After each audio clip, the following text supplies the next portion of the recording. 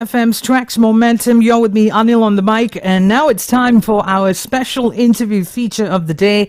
Since it's World Radio Day, we're celebrating the gift of radio over the last, half a century that we've been enjoying all of these entertaining things over the airwaves. And on the phone lines, I have our very own Minister of Communications, YB Fahmi Fadzil, on the phone lines. YB, good afternoon.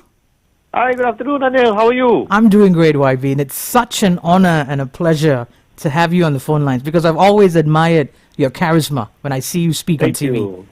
Thank you so much. Thank you. And also, I want to squeeze this one thing in. Thank you also for giving us your time, your very precious time, because you're such a busy man to speak to us on this very lovely occasion. And I would like to jump straight into our conversation. So, YB, perhaps you can start off by telling us about your fondest radio memory and the influence that it has had on you. Yes, a long time ago when I was growing up, I remember listening in the morning to radio, and it wasn't called TRAXXfm at that time. This was probably in the early 90s, and my parents would turn it on, and I would listen to the radio as we get ready for school. So it was always part of the background, part of my life. And we know that, whenever you are driving around in the car, or you're at home, radio is always very much a part of my experience growing up. Nowadays, we know radio, you don't have to only listen to it when you're in the car or in front of a radio set.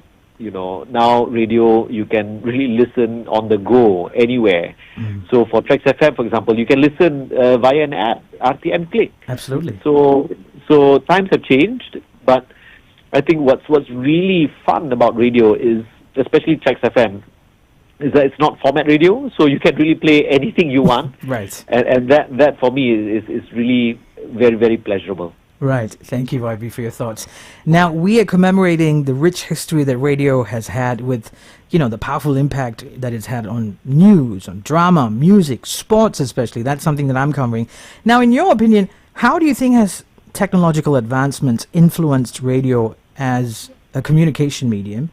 And what are the efforts that can be made to ensure the preservation and the relevance of radio is promoted in this digital age, YB? Yeah, with radio, it's really a sense that if it's on radio, it must be true. So, when people watch something on TV compared to what they listen or hear on social media or read on social media, so radio is now part of that. The place where if you hear it there, then it's verified. So I think that's a very good thing. And now in this day and age, we're bombarded with so much information that it's usually hard to filter what is true, what is fake news, what is maybe misreporting. And radio and TV are part of that verification process, particularly for a station like TRAXXfm. Right. And this year's World Radio theme is Radio, a Century of Informing, Entertaining and Educating. So YB, what do you think needs to be done to ensure radio can adapt to the changing media landscape and still stay relevant? Yeah, I think some of the challenges include newer technologies or newer modes of communication. A lot of people seem to be paying attention to podcasts. In fact, now we know that most of the radio stations also broadcast live while you're on air. Yeah. So people can also watch the radio, as it were. And I think this is something new. This is something interesting. People are talking about AI DJs now, and curating content. So I think it's really understanding the different segments, different audiences, whether you've got those who are slightly older, those who are, just leaving school, and what is it that would be interesting for them to hear on the radio. And that, I feel, is one of the key challenges. Okay. And finally, YB, what advice would you have for individuals or people like me, broadcasters who are doing the thing we love, and also organizations in the radio industry on this World Radio Day? Keep on doing it. I think, the best thing about radio is, if you've got a radio voice, then you can never go wrong. I think that's one of the best things about radio, because you're a storyteller. And you're telling stories without people having to need any other form of communication. just by listening to you, people can get the gist of what you want to say, how you say it, the tone.